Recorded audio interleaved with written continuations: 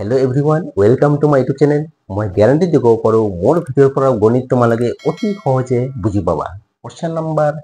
2 তাৰে 3 নম্বৰ ৰামৰ মাক তেওঁতকৈ 26 বছৰ ডাঙৰ তেওঁলোকৰ বয়সৰ গুণফল আজিৰ পৰা 3 বছৰ পিছত হ'বগৈ 360 ৰামৰ বৰ্তমান বয়স আমি উলিয়াব লাগে এই প্ৰশ্নটোত কি কৈছে তোমালোকে চোৱা কৈছে ৰামৰ মাক ৰামতকৈ 26 বছৰ ডাঙৰ আৰু আজিৰ পৰা 3 বছৰ পিছত হ'বগৈ সিহঁতৰ বয়সৰ গুণফল 360 তেতিয়াহ'লে ৰামৰ বৰ্তমান বয়স উলিয়াব লাগে তো গতিকে এই প্ৰশ্নৰ সমাধান এইদৰে কৰিব লাগিব আমি প্ৰথমে ৰামৰ বয়সটো ধৰি ল'ব লাগিব আমি সেই কাৰণে লিখিম ধৰা হল ৰামৰ বৰ্তমান বয়স x বছৰ তোমালোকে চোৱা ৰামৰ বৰ্তমান বয়স যদি 1 বছৰ হয় ৰামৰ মাক তেওঁতকৈ 26 বছৰ ডাঙৰ যেনে ৰামৰ মাকৰ বয়স কিমান হ'ব যেহেতু 26 বছৰ ডাঙৰ তাৰ মানে ৰামৰ যিমান তাতকৈ 26 বেছি অৰ্থাৎ 26 যোগ কৰিব লাগিব গতিকে এটো হৈছে ৰামৰ মাকৰ বৰ্তমান বয়স এতিয়া তাৰ পিছত আমি উলিয়াব লাগিব 3 বছৰ পিছত সিহঁতৰ বয়স কিমান হ'ব সেইকাৰণে লিখিম 3 বছৰ পিছত ৰামৰ বয়স 3 বছৰ পিছত ৰামৰ বয়স কিমান হ'ব ৰামৰ বৰ্তমান বয়স x বছৰ 3 বছৰ পিছত আৰু 3 বছৰ বাঢ়িব অৰ্থাৎ যিমান আছে অৰ্থাৎ তাৰ পৰৰ লগত আৰু 3 বাঢ়িব x + 3 বছৰ হ'ব যেনে ধৰিলো তোমাৰ যিমান বছৰ আছে বৰ্তমান 3 বছৰ পিছত কিমান বয়স হ'ব তোমাৰ বৰ্তমান যিমান আছে তাতকৈ 3 বেছি হ'ব অৰ্থাৎ 3 যোগ কৰিলে পোৱা যাব একেদৰে 3 বছৰ পিছত ৰামৰ মাকৰ বয়স কিমান হ'ব চোৱা 3 বছৰ পিছত অকল ৰামৰ বয়স বাঢ়ি না যায় 3 বছৰ পিছত ৰামৰ মাকৰ বয়সও বাঢ়িব আৰু কিমান বাঢ়িব ৰামৰ মাকৰ যিমান আছে তাৰ লগত আৰু 3 বাঢ়িব সেইকাৰণে 3 যোগ কৰা হল এতিয়া x + 26 + 3 26 + 3 যদি আমি প্লাস কৰো আমি পাম 29 অৰ্থাৎ ৰামৰ মাকৰ বয়স হ'ব ইমান বছৰ 3 বছৰ পিছত এতিয়া আমি চাইলো ইয়াতে কৈছে তেওঁলোকৰ বয়সৰ গুণফল আজিৰ পৰা 3 বছৰ পিছত হ'বগৈ 360 3 বছৰ পিছত সিহঁতৰ বয়স এজনৰ হ'ব ইমান আৰু এজনৰ হ'ব ইমান সেই দুটাৰ গুণফল হৈছে 360 সেইকাৰণে আমি লিখিম প্ৰশ্ন মতে অৰ্থাৎ according to question x + 3 তার লগত পূরণ হবো x + 29 আর এই দুটা পূরণ করলে হবো 360 কারণ ইয়াতে কইছে যে 3 বছর পিছত সিহঁতৰ বয়সৰ গুণফল হবো 360 এটো 3 বছৰ পিছত ৰামৰ বয়স 3 বছৰ পিছত ৰামৰ মাকৰ বয়স এই দুটাৰ গুণফল 360 এইটো হৈছে প্ৰধান সমীকৰণ এইটো আমি সমাধান কৰিবলৈ হৈ গল তো আমি এইটো সমাধান কিদৰে কৰিম তোমালোকে জানাই এইবিলাক কেনেকৈ কৰিব লাগিব x ৰ লগত এই দুটা পূৰণ হ'ব 3 ৰ লগত এই দুটা পূৰণ x ৰ লগত যদি আমি দুটা পূৰণ কৰোম কি পাম x * x x square x * 29 হ'ব 29x আকৌ 3 দি পূৰণ হ'ব এই দুটাকে 3 * x 3x 3 * 29 87 এতিয়া আৰু ইফালে 360 এতিয়া x স্কয়াৰ 29x আৰু 3x দুটা প্লাস কৰিব পাৰি এটো 32x আৰু প্লাস 87 360 যদি এফালে লৈ হয় তো -316 হ'ব ইকুয়াল টু 0 এতিয়া x square plus 32x minus এই দুটো যদি প্লাস কৰো মাইনাস কৰো এটো প্লাস এটো মাইনাস গতিকে মাইনাস হ'ব বেলেগ চিন থাকিলে মাইনাস এটো মাইনাস কৰিলে হ'ব 10 - 7 3 36 minus 9 27 273 equal to 0 sin to minus কি হ'ব যেহেতু এই দুটাৰ ভিতৰত 360 ডাঙৰ গতিকে ডাঙৰ চিন উত্তৰ আগত দিব লাগে এতিয়া আমি যদি এটো সমাধান কৰো তোমালোকে গম পাইছা এটো হৈছে এটা দ্বিঘাত সমীকৰণ ইয়াৰ মান কি দৰে পাম দ্বিঘাত সমীকৰণৰ মান আমি এই সূত্ৰৰ সহায়ত উলিয়াব পাৰি বা মাজৰ মানটো স্প্লিট কৰি পেলাই ভাঙি পেলাই আমি উলিয়াব পাৰি এই মাজৰ মানটো যদি ভাঙি দিও এটো কি হ'ব আমি প্রথমে সাম 273 1 আর 273 ইনটু করলে 273 273 এইটো যদি আমি 3 দি 91 7 দি 13 এইকেইটা আমি ইয়াতে 32 পাব লাগে 32 কিদৰে পাম তোমালোকে চোৱা যদি আমি 3 আৰু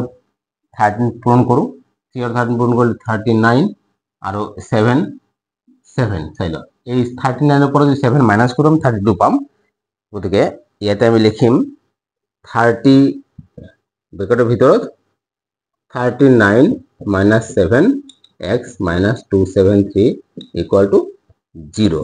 এতিয়া x square plus 39x itu minus 7x minus 273 equal to 0 প্রথম দুটাৰ পৰা কমন কি হ'ব প্ৰথম দুটাৰ পৰা কমন হ'ব x x দি 1 ডিভাইড কৰিলে পাম থাকি যাব x আৰু x দি 39x ডিভাইড কৰিলে থাকি যাব 39 ইফালে মাইনাস কমন যাব মাইনাস 7 কমন যাব 7 মাইনাস 7 দি যদি এক কমন লো মাইনাস মাইনাস প্লাস x আৰু 7 এটো মাইনাস মাইনাস ইয়াতে প্লাস সাইন হ'ব 7 দি যদি এক ডিভাইড কৰো আমি পাম 3 into 7 21 তবে 7 9 যা 39 equal to 0 এতিয়া তোমালোকে চোৱা এটা আৰু অলপমান আছে এই আৰু আনসাৰটা আমি পাইয়ে যাম এতিয়া এই দুটাৰ ভিতৰত কমন আছে x plus 39 গতিকে এটো যদি আমি ইফালে কন্টিনিউ কৰো আমি পাম x plus 39 কমন ললে ইয়াত থাকি যাব x আৰু ইফালে এটোৰ পৰা x plus 39 কমন গলে থাকিব -7 equal to 0 এতিয়া তোমালোকে চোৱা এই দুটা পূৰণ কৰিলে উত্তৰটো 0 আহে তাৰ মানে হয় এইটো 0 হ'ব লাগিব নাইবা এইটো 0 হ'ব তেতিয়া এই 0 হ'ব সেই কাৰণে আমি লিখিম হয় x plus 39 equal to 0 নাইবা x minus 7 equal to 0 ইফালে কি হ'ব যদি আমি 39 টো হিফালে লৈ যাও এটো হ'ব 39 প্লাস আছে মাইনাস হৈ যাব 0 minus 39 আৰু 0 minus 39 minus 39 হ'ব এটো আৰু ইফালে 7 যদি হিফালে লৈ যাও 0 minus 7 to plus 7 হৈ যাব অর্থাৎ x equal to 7 তো x এর মানে দুটা পাইছো এটা হচ্ছে -39 আর এটা 7 এতিয়া x আমি কি বলি ধৰিছো x ধৰিছো ৰামৰ বৰ্তমান বয়স এটা বয়স কেতিয়াও ঋণাত্মক হ'ব নোৱাৰে হয় 0 হ'ব নাইবা 1 যিকোনো ধনাত্মক মানহে হ'ব গতিকে এইটো হ'ব নোৱাৰে গতিকে x এৰ মান হ'ব তেতিয়ালে 7 আৰ x এৰ মানে হৈছে ৰামৰ বৰ্তমান বয়স আৰ ইয়াতে কৈছে ৰামৰ বৰ্তমান বয়স উলিয়াব লাগে আমি এটি অ্যান্সাৰ লিখিম অ্যান্সাৰ ৰামৰ বৰ্তমান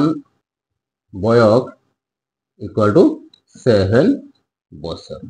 7 বছর 4 নাম্বার এখন রেলগাড়িয়ে 480 কিলোমিটার পথ এটা সমান দ্রুতি ভ্রমণ করে যদি এই দ্রুতি প্রতি ঘন্টাত 8 কিলোমিটার কম হলহেতেন তেন্তে একে সমান দূরত্ব আগুৰিবলৈ 3 ঘন্টা বেছি ললেহেতেন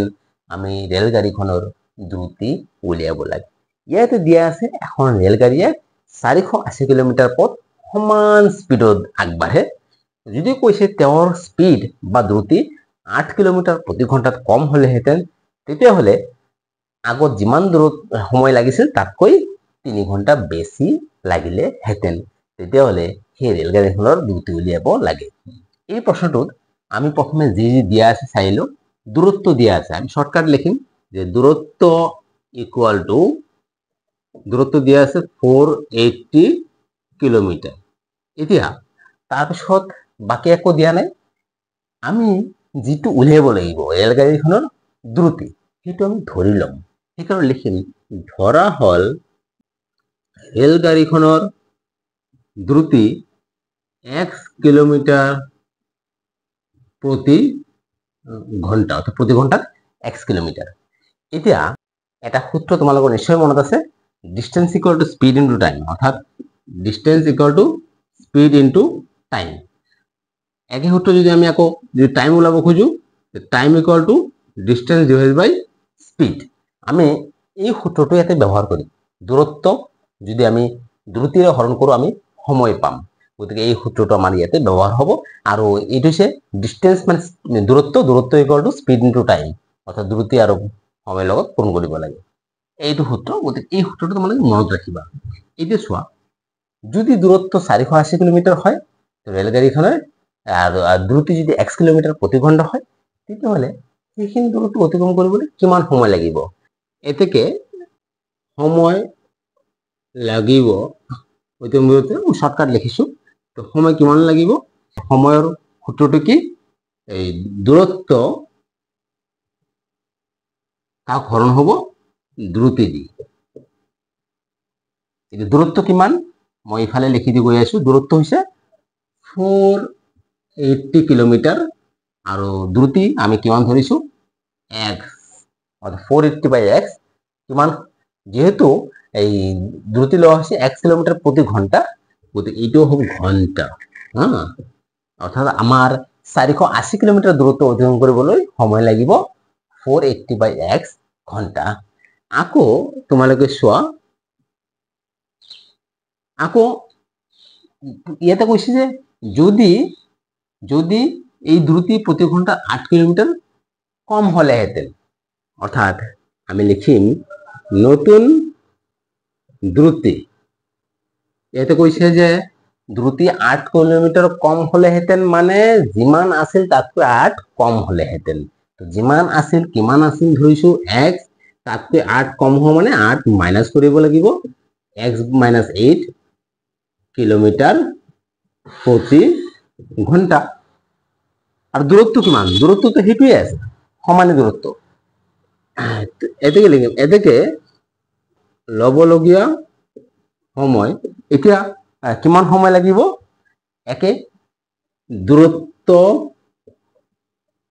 হরণ দ্রুতি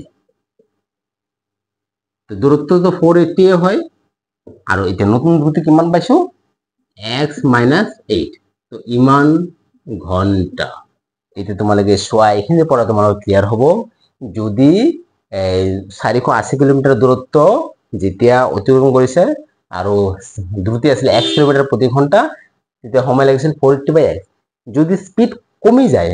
অৰ্থাৎ 8 কিলোমিটাৰ প্ৰতি ঘণ্টাত কমে তেতিয়া সময় লাগিব 480 বাই x মাইনাস 8 ঘণ্টা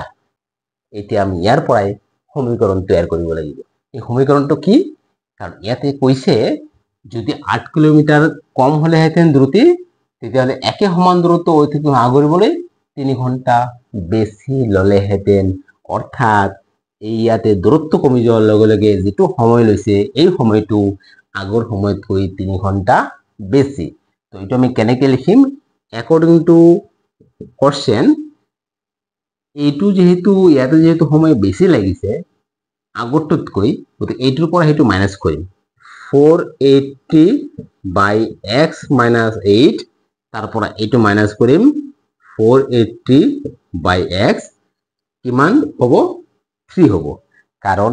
এইটো আগৰ সময় ইমান ঘন্টা পিছত লাগিছে ইমান ঘন্টা পিছত 3 ঘন্টা বেশি লাগিছে অর্থাৎ ইয়াৰ পৰা এইটো মাইনাস কৰিলে 3 পোৱা যাব এতিয়া আমি এই দুটা যেটো ভগ্নাংশ আমি এলসিএম উলিয়াব লাগিব লসাগু এই দুটাৰ লসাগু কিমান হ'ব x minus 8 আৰু x ৰ লসাগু হ'ব এই দুটাৰ পূৰণফলে হ'ব এতিয়া x minus 8 ৰ লগত কি পূৰণ কৰিলে ইয়াৰ সমান পাম x গতিকে ওপৰৰ লগত x পূৰণ হ'ব 480 into x 480x minus x ৰ লগত কি পূৰণ কৰিলে আমি এইটো পাম x minus 8 x ৰ লগত x minus 8 পূৰণ কৰিব লাগিব গতিকে এইটোৰ লগত 480 লগত x minus 8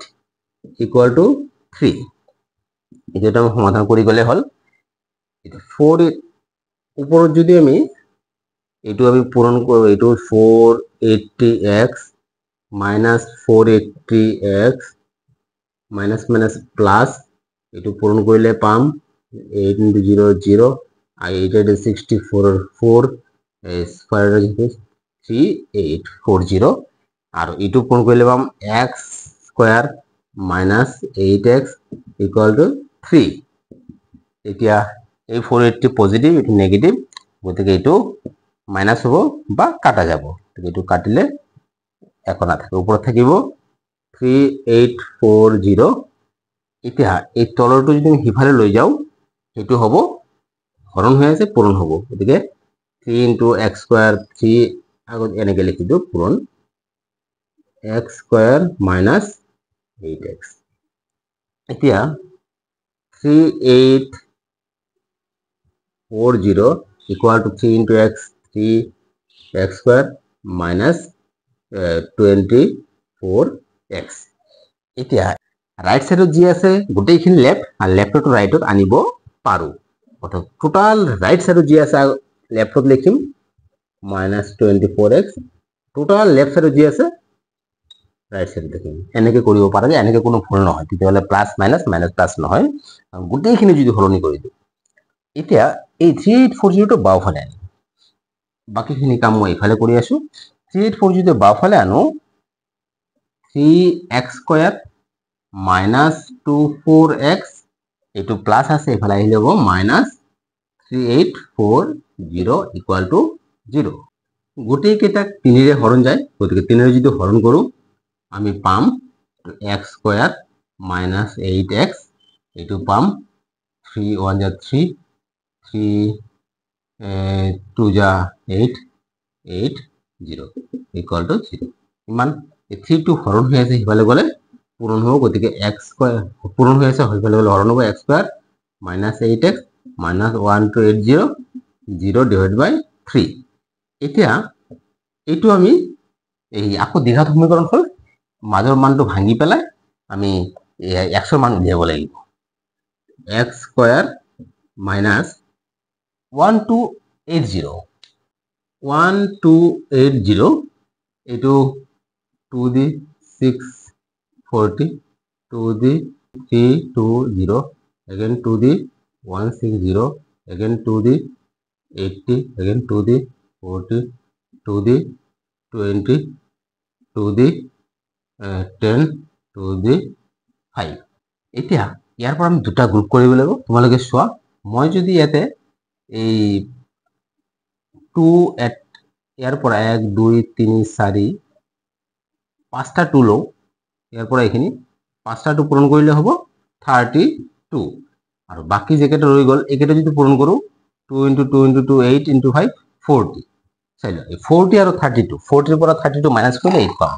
গতিকে আমি ইয়াতে লিখিম এই এইটো হৰলে লিখিম 40 minus 32 x minus 280 আর 0 3 দিয়ে ডিভাইড করলে 0 হবে এটো এতিয়া